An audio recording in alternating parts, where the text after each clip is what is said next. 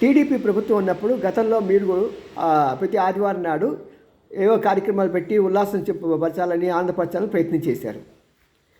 అదేంటంటే దానికి అయ్యే వ్యయం చాలా ఎక్కువ.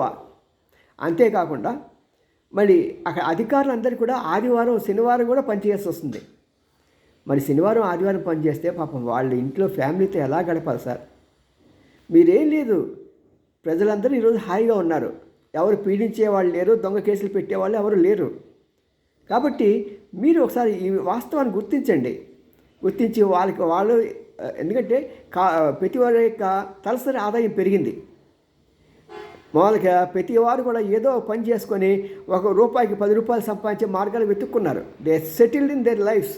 వాళ్ళు ఆఖరికి ఈ మన చిన్న పని చేసినా సరే వాళ్ళు పక్కదారులు ఎలా సంపాదించో తెలుసుకున్నారు. కాబట్టి మీరు చేయాల్సిన ఏం లేదు. అనవసరంగా ప్రజల్ని ఆఫీసర్ని మీరు కంగారు పెట్టుకుని ఇది అవసరం లేని ప్రాజెక్టు డబ్బు దండగా